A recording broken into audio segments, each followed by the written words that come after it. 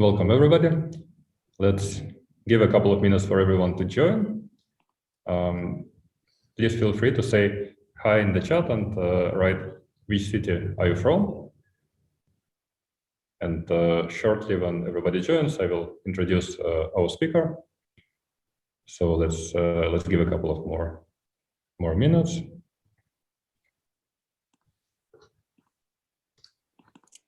Hello, Alfonso. And Jasper is calling in from Stockholm, Sweden. Hello, Jasper. And Alfonso is from Portugal. Welcome.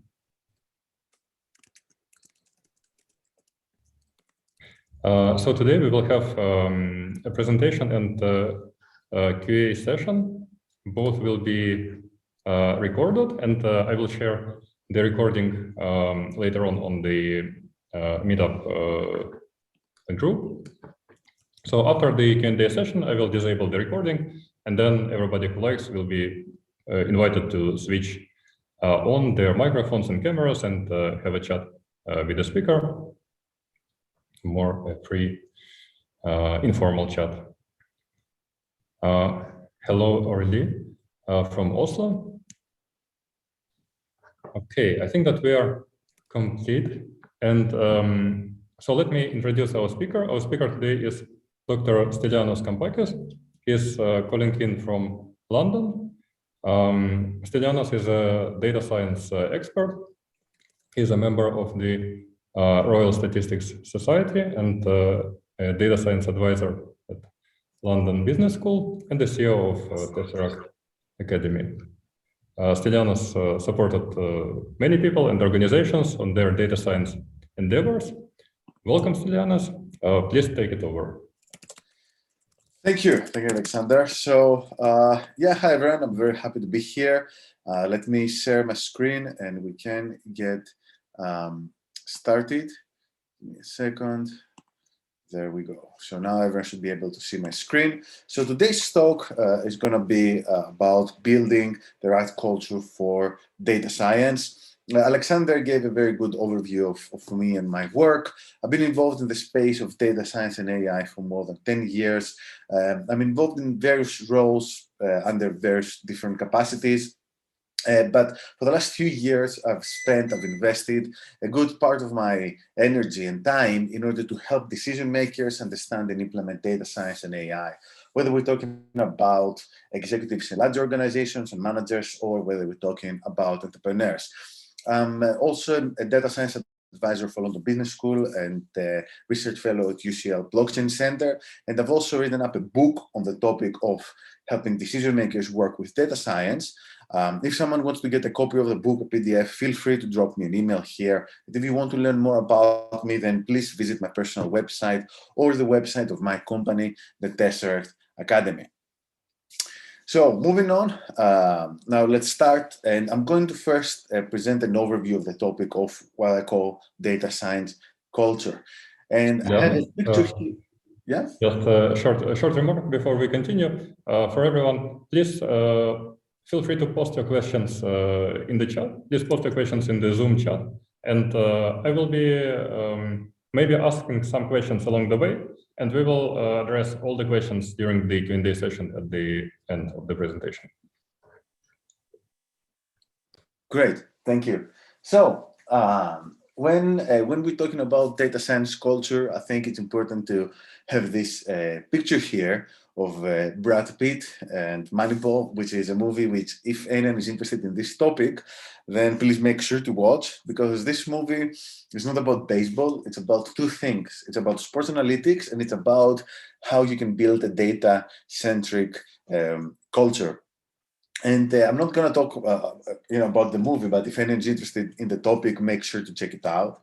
But when we define the topic of data science culture, I think we can break it down on three different levels: management, the employee level, and the organizational level.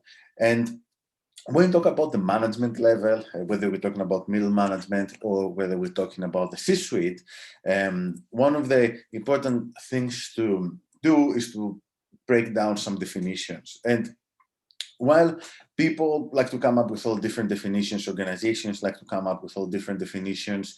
These are like my definitions, which I believe they have served me very well, and others as well in my work with them. So I think it's important to make a distinction between being data informed and being data driven. And many organizations are data informed, but not many are data driven. And this is obviously a set of progress compared to what organizations or many organizations were doing before data science and what still are doing some organizations which have not undergone the proper digital transformation. So when we say that an organization is data informed, then we mean that they're using things like data, dashboards, Excel, etc., etc. However, data driven is the next level, which is when an organization is actually using data science and AI in an automated way to make decisions. So I think that the best example of organizations which are data-driven are organizations like Amazon, whose a large part of the revenue, around 35% by a recent report by McKinsey, is because of Amazon's recommender system. Similarly, algorithmic trading is another example of a data-driven approach. That being said, while being data-driven has certain advantages because of the benefits of automation and the scale that this provides, it's not a goal for any organization. And if an organization wants to reach this level, they need to have the right culture. The reason being that many organizations, they use data in the wrong way, which can actually bring lots of confidence in wrong conclusions. This is one of my favorite quotes, which essentially, you don't have to read all of it, but what it says is that sometimes data can be a double-edged sword. The reason being that it might give you a false confidence in making decisions simply because you think they're backed by data, but you might be using the wrong models. And this is when the right culture can actually ensure that the proper communication channels which make absolutely certain that everything is tested, is implemented, and there are no mistakes happening along the way. Obviously, part of building the right culture for the adoption of data science is to also create an environment, a friendly environment for data scientists. And this has been a very important topic, not only for data scientists, for tech workers and other organizations in general. And I'm not really going to expand upon this because I think there are many other people, many other resources for that. So I'm going to move on to the topic of being data-centric. So as I explained earlier, when we talk about building a data science culture in an organization, we start from data informed. Some organizations want to become data driven, okay? And then you have the ultimate goal of being data centric. And this is some kind of ideal situation for any organization that is using data. So data centric organizations keep data science at the core. And this entails a few different things, right? So this means that data science is a separate division, and it's not like data scientists are just plugged into other things, on an ad hoc basis. This means that data scientists, they have more freedom, but they also have the license to explore. So more responsibility, but also they have more power. These two go hand in hand. And obviously, there are the right communication channels in between the different departments in the organization, which ensure that developers and data scientists, they can work in synergy. And also the most important, and this is something which more and more organizations are recognizing, is that there needs to be a clear path from the research stage or the experimentation stage down to the implementation, and there needs to be a certain degree of ownership from the management and from the executives. Okay, because there are some crazy things that you might see happening out there, like projects not being implemented or AI projects not being successful, right? So I actually had this conversation yesterday with someone who said that he was very disappointed that AI, he actually paid some consultants to do some work for him. The project was not successful. And then he told me, I learned afterwards that like a large percentage of AI projects fail. And he asked me, why is this? And it really comes down mostly to some of those reasons, right? And here's like an example use case. This doesn't come from this is not like a concrete case study, but I'm sure that anyone who has worked enough years in this area, they might have heard this kind of story or similar stories, like organizations, for example, trying to solve some complicated problems, but they were trying to cut down on costs. Why? Because they don't want to get ownership of data science. So they don't want to spend money, and they're like, you know what, we'll use our developers, our existing developers, and then use an API to make our life easier. And then things break down and they don't know why, right? And this is because there are no testing procedures in place. There's no proper knowledge of this area. Another example, things not getting implemented. Okay, so we see this sometimes with organizations that they don't have data scientists and they don't have experience working with data scientists. And like I have a concrete example in this case. It came from a few months back. Someone was telling me, they were telling me about a Dutch insurance company. I can't remember which one specifically. Was it ING? Not sure, it doesn't matter. But this company hired a team of data scientists in one go, like 5-6 people, and then they fired the same people in one go. Why? Because the data scientists were very academic and they couldn't really understand the space of finance and insurance, right? Again, wrong expectations from the company. And this is specifically a problem of culture. They had wrong expectations, they didn't have the right ways, the right processes to train their data scientists on that topic. Then, third example, bad communication. Okay, this has actually happened to me. Data scientists, they need to work with developers to get things into production. Things get lost along the way. Why? Because there's some common knowledge missing in between. Okay, so the data scientists are asking for one thing, then the developers understand another. Okay, and obviously silos. So all these things are some examples of what happens when an organization does not have the right culture for data science in place. And actually, some of those problems are endemic to organizations, and I'm sure that if someone else talks about some other technical topic, there'll be some very similar case studies. So when an organization starts thinking about how to build the right data culture, the first thing to think about is why, right? And in my opinion, there are usually 3 different types of scenarios as to why someone would use data science or AI.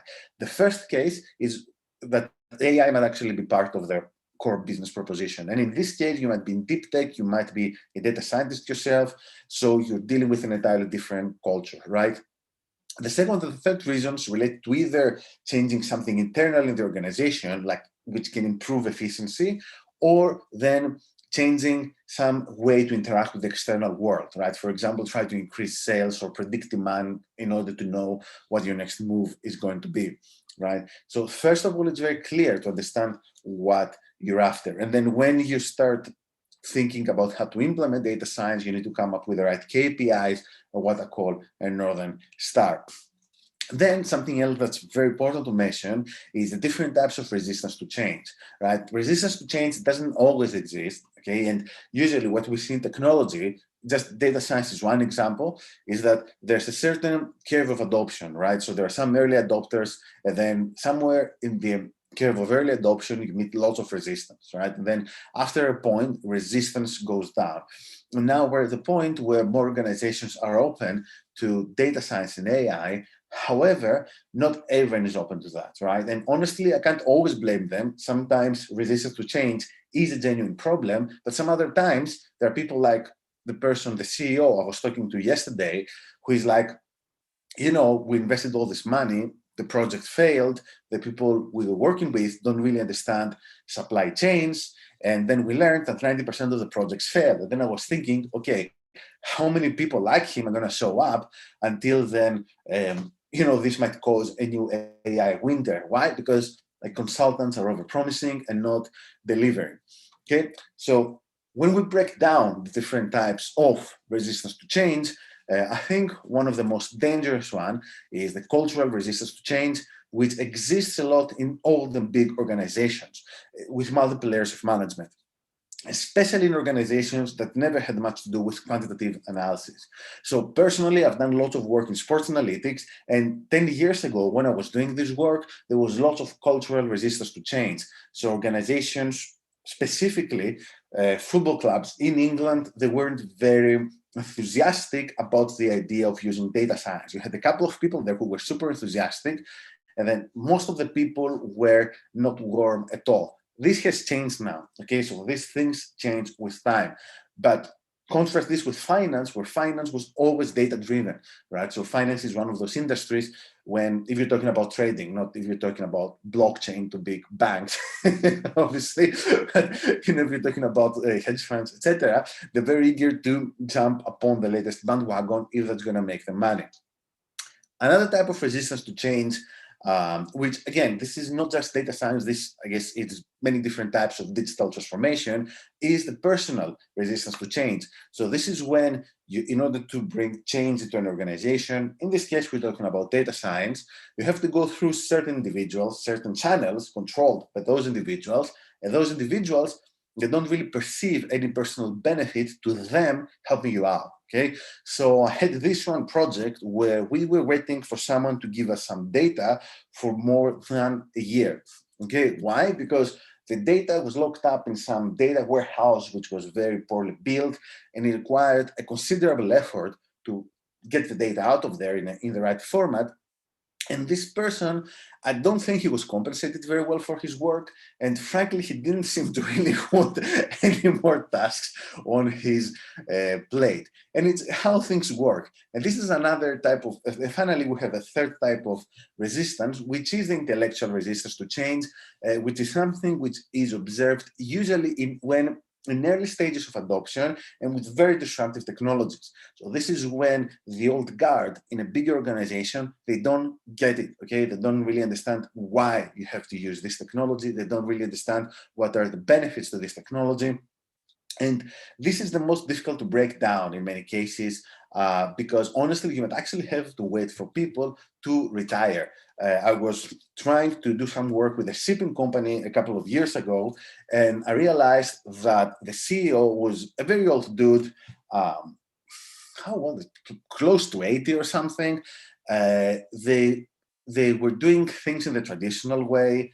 And they had zero, I mean, you know, it was a Greek shipping company, it was super profitable, and they had zero interest in doing anything super disruptive technologically, simply because they couldn't really understand what's the point, right? So Excel for them was enough. And actually, I wasn't trying to pitch to them some kind of, neural network with a self-attention mechanism. I was trying to pitch databases, right? But they didn't really care about this, and there's not much you can do about it.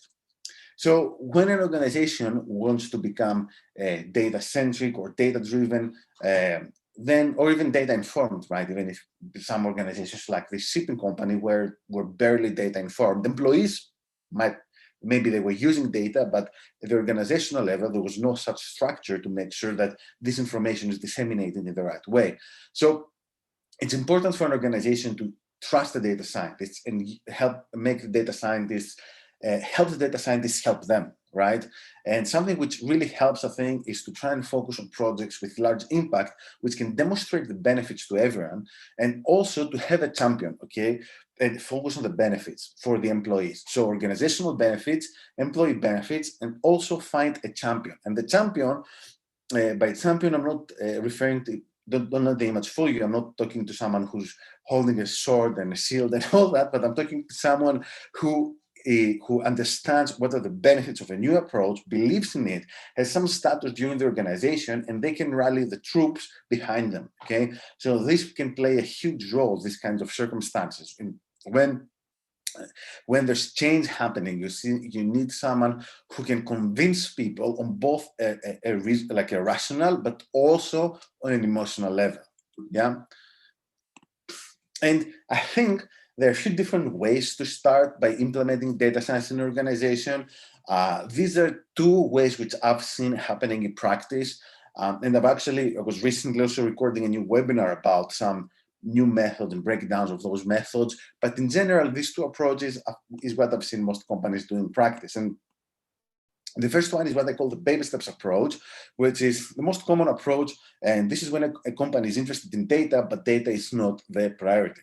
Okay, and this is when they try different things out. They do like different mini projects, and this approach is not like disruptive to current operations. Okay, but at the same time, it's not the most impactful approach. So this is more like, and startups do this a lot as well. Like, oh, we're just gonna try out things for 2 or 3 years, and then we'll figure it out along the way. Then we have the use case approach, which is less common, and but I think it's a better approach because it's when an organization decides they want to focus on something, and then they set out some KPIs and northern stars, and they're like, look, this is what's going to impact our business in a positive way. All right, so can we use data science to do this? And then in the process of creating a database, like wrangling the data, hiring people, etc., in order to tackle this problem, they end up with a very good set of formulas and processes, or maybe new hires, which have now become part of the team and hopefully part of the culture, right? So in the process, so does as if, let's say, for example, you want to, I don't know, you want to lose weight and be fit, and in order to do this, you just set some goal that you want to be able to run a marathon, or you want to be able to run at a certain speed, or bench press, or whatever. And then in the process of actually achieving this goal, you get some other side effects, which is an outcome that hopefully is going to stay with you for a long time, right? And there are a few different ways for organizations to also start once they've set out the approach they want to follow. And I think the most important step is to map an organization's use of data. And by the virtue of doing this, an organization is already moving into the data-informed territory. Okay, and then there are other things like emphasizing strategy and innovation, working at the employee level. This is always a very important part of culture, right? And it's not just about data science. I think that's a general good advice. And finally, to create an embedded culture. Something which bigger organizations are missing is dark data. So this is data which can be used in other ways, and it's stored somewhere, right? Like log files, notes, emails, customer calls. And dark data now consists a very large part of the data universe, okay? And it can actually provide a treasure of information. So an example is that you might be able to use emails, for example, to get out the gender and the age, right? And then understand your customers better, or extract visitor behavior from log files, and all this kind of things. Then there are other things which we can do, like creating an open culture that promotes strategy and innovation, very popular with tech businesses of all sizes. And there are some ideas like run hackathons, allow employees to play around with projects, use Kaggle for internal competitions, all these kinds of stuff. And also recognizing good work is very important. In general, that's important, but something which now all big tech companies are doing is having their own blogs and publishing the work their employees are doing. It's a really good way to reward the employees, give them recognition, and at the same time improve the brand image of your company. And I don't think that this is only for Facebook or Google. Even if you're a small company, and I've seen startups do this as well, if you're involved in any kind of innovation, this actually helps your brand image. But it's also a very good content marketing strategy, right? If you're working on some cool stuff. And finally, the most important thing is to create an embedded culture. There are more companies now talking about this, which is when data scientists should work closely with developers and product owners and promote communication and transparency. And I will see more and more companies talking about this. I was actually reading an article recently by Uber. Uber has an excellent blog on engineering topics, but also now sometimes some software topics as well. But I think the best company for this is Booking.com, because they've been talking about those things for quite a few years now, as to how they've created this embedded culture, which enables data scientists work very closely with developers, with product owners, and they really do all the right things. As I mentioned, they have KPIs, OKRs, they have their own agile methodology, and they can work very well, and all these different moving parts can work very well with each other. Probably this applies better to big organizations, but then again, even if you are in a startup, in a scale-up, it's good to take some notes from this, because these are really the right practices. And again, it's good to start preparing for this mindset early on. And yeah, that was it. I hope it wasn't... I think we're right on time. 20 minutes, Alexander, right? That's exactly. Perfect. Thank you, Afonso. Glad you like this perspective on resistance.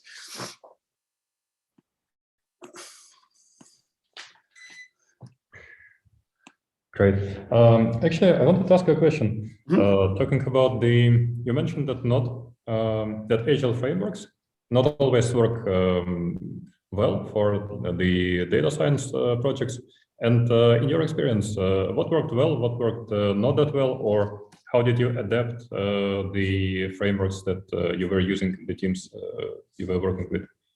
Yeah, so I'll tell you what's the problem with agile frameworks in data science. I mean, some people might have a different opinion, but every time I've experienced having to go through daily stand-ups, etc., it's a bit frustrating for me because data science operates in a more non-linear way compared to software development. So I think in software development, it's easier to go through incremental steps of progress as you're building something, but data science many times can be very on and off. So to give you an example, you might be working as a data scientist on a very specific problem, okay? And essentially solving this problem might require experimentation, which might take from a few weeks to a few months.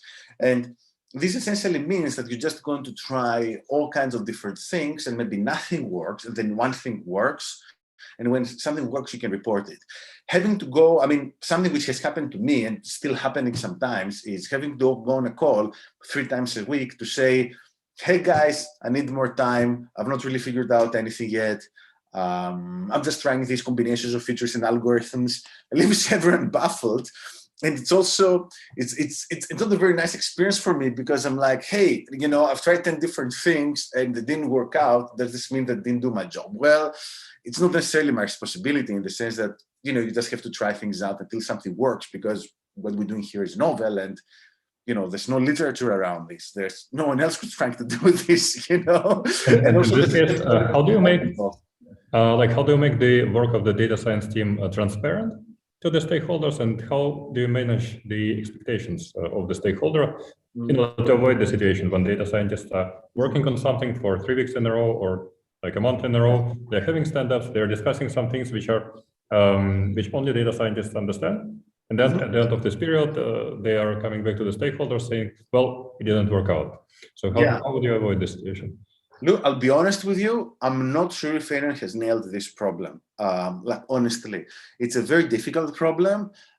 If you want my personal opinion, one of the reasons I created the Tesseract Academy, one of the reasons I've written up a book, one of the reasons that you know, writing all these blog posts is I believe that data, like CEOs, executives, managers, they need to take ownership of data science to some extent, and this only goes through education, and they need to be able to understand data science to the extent that they feel comfortable around these things, because otherwise it creates a very uncomfortable situation. And like this guy I was talking to yesterday, he was taken advantage of in a certain way, and he didn't know this until it was too late. And there's lots of room for misinterpretation. I think it's a bit similar to what happens, for example, in other fields where there's huge degree of information asymmetry. So when you go to a doctor and you have a certain condition, it's quite likely you know nothing about medicine, right? And you just trust this doctor because you assume that this person has gone through many types of tests and certifications, but certified that they must have a minimum level of expertise. That being said, unfortunately, many doctors must still do some mistakes, right? With data science, there's no such safeguard.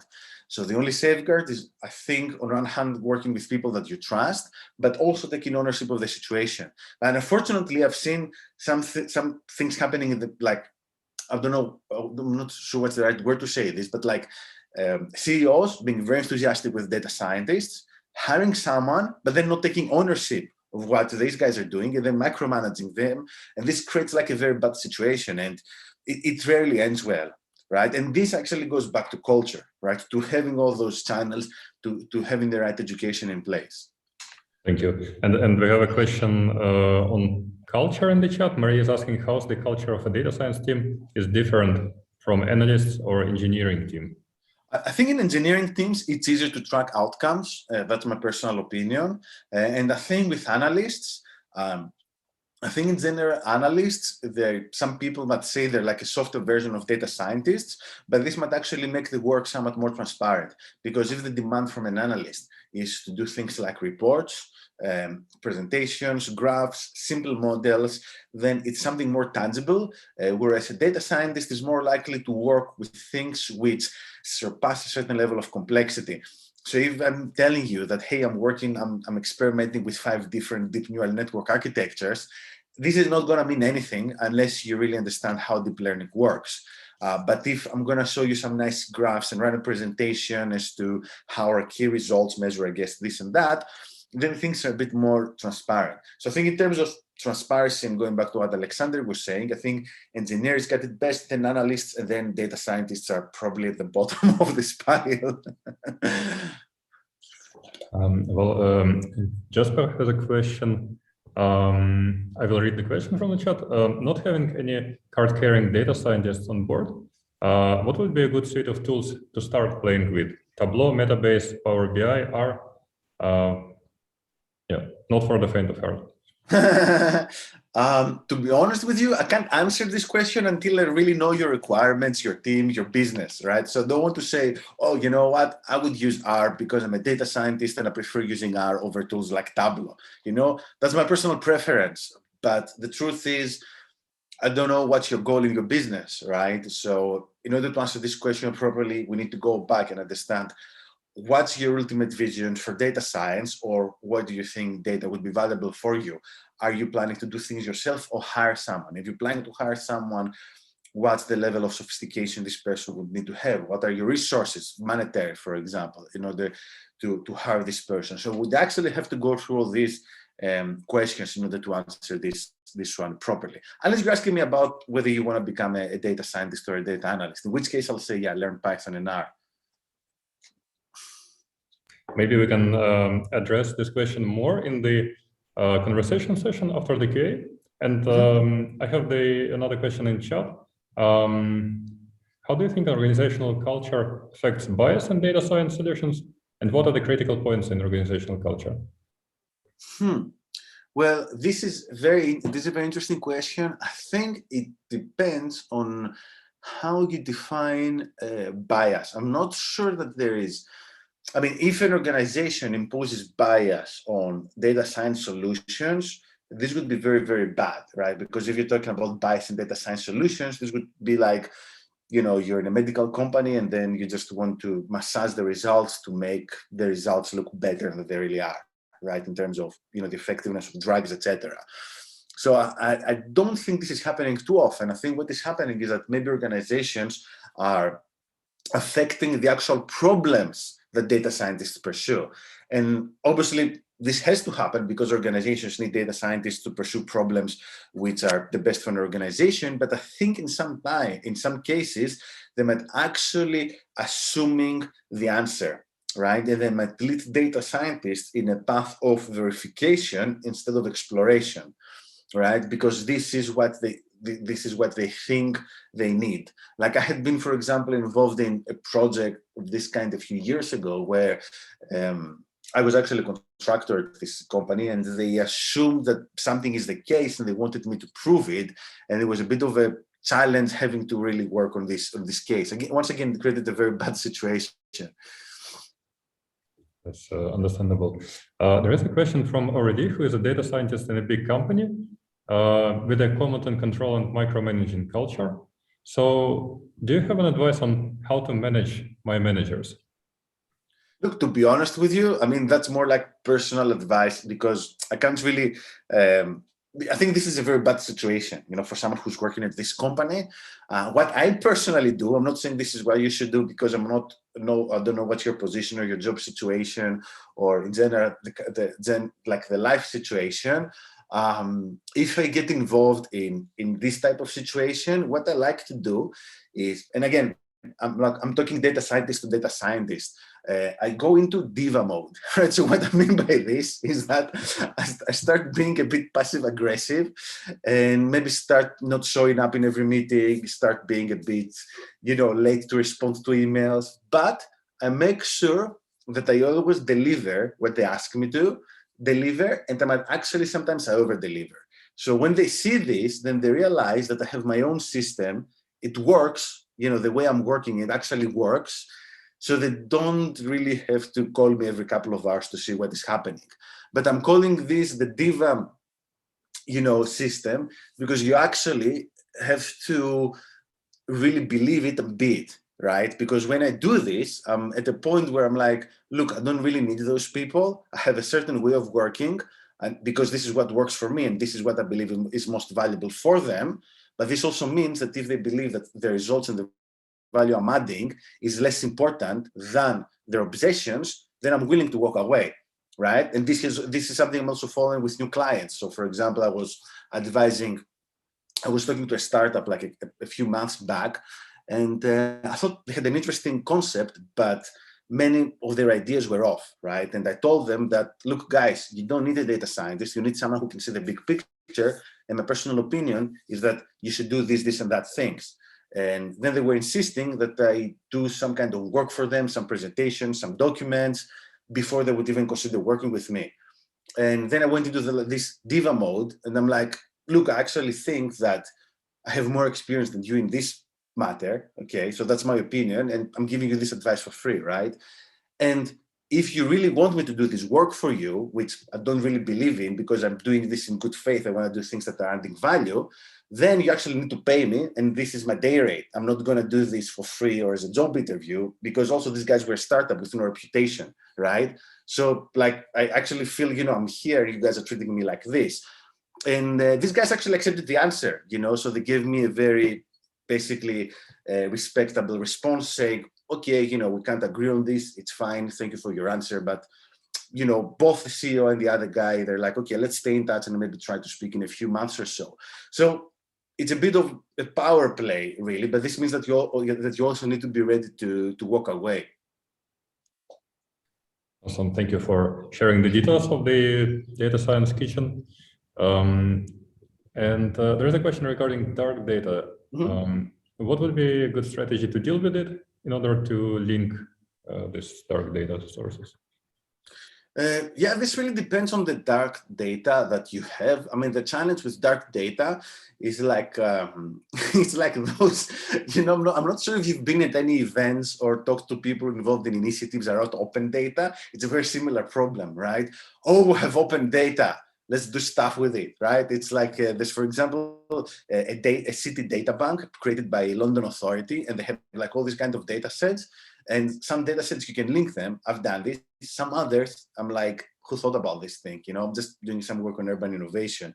So I think a good way to go about it is to, I think the best way to go about it is to have a smart data scientist who also understands the domain, quickly go over everything, and then try to identify 2 or 3 problems and follow the use case approach I mentioned earlier. That is, focus on 1 or 2 goals and say, hey, in the process of answering these questions, then we're also going to clean up some data, set up some processes, etc.